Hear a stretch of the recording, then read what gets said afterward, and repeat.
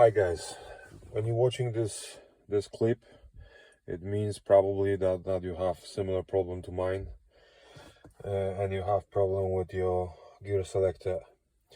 When your gearbox doesn't work properly, and then it's catching lip mode on a regular basis, it may means quite few things actually. However, the most common problems with this gearboxes, and I have same gearbox on my Jeep Grand Cherokee, I have same gearbox on this CLK, and I had the same gearbox on my C-Class before, and they all have one thing in common. They have very weak solenoids on the gear selectors. So if you have problems that your car is switching gears without moving the lever, like from, let's say, park, and you have on the screen, on the digital display, you have reverse or neutral or something like that, it means most likely that solenoid plate is gone. It's not gone for good. It just after all those years, all those solenoids, you know, they have tendency to crack, and they losing signal. However, when you have this problem, first of all, you have to check cable, that gearbox pan plug. Very often, that's the place you should start, because if your gearbox is leaking, that will be the first place that transmission fluid will go on your cables and then may cause some shortcuts.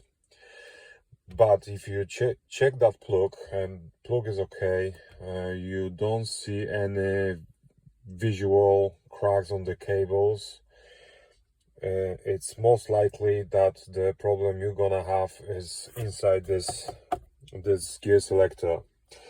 And what I've done, I removed everything. I will also record another clip showing you how to remove that central console. It's very easy, very straightforward. You know, replacing this part is not, it will take not more than, I don't know, 40 minutes up to an hour. It's very straightforward. Right, so what I've done, I removed this selector. To fix that solenoid, you have to open this thing, and it's not as easy as you may think, and it's not as obvious as it's supposed to be, because directly from the factory, this part is coming, you know, like sealed. This lower plate is glued to the top shell.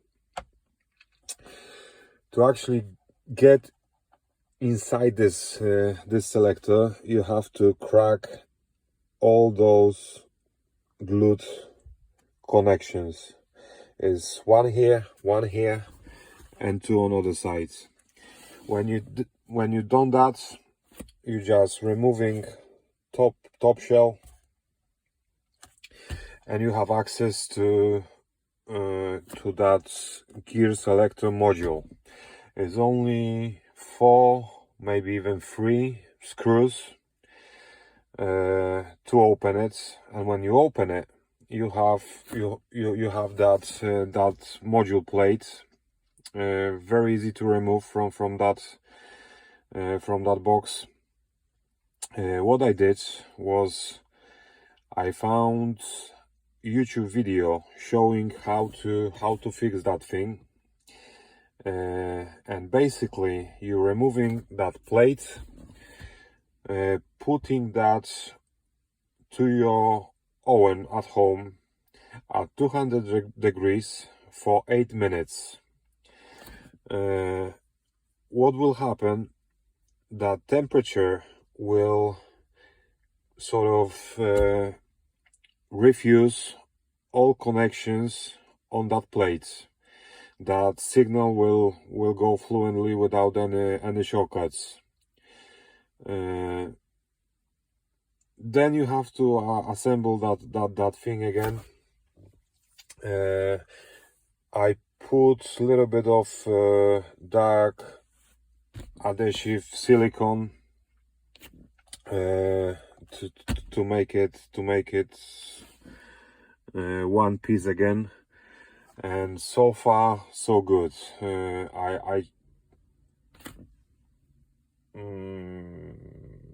I think that's the end of this video.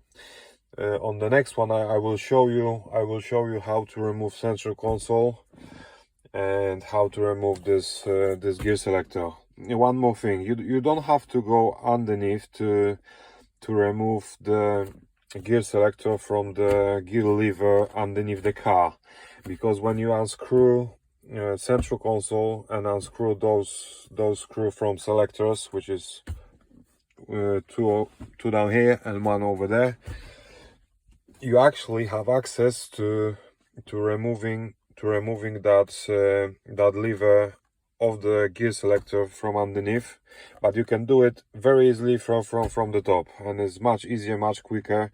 And first time when I did this, I actually lifted the car and then I dived underneath and I did that way. However, this way is much easier, you know, to do it from the top. I will show you in next video how to remove central console. Thank you very much for watching.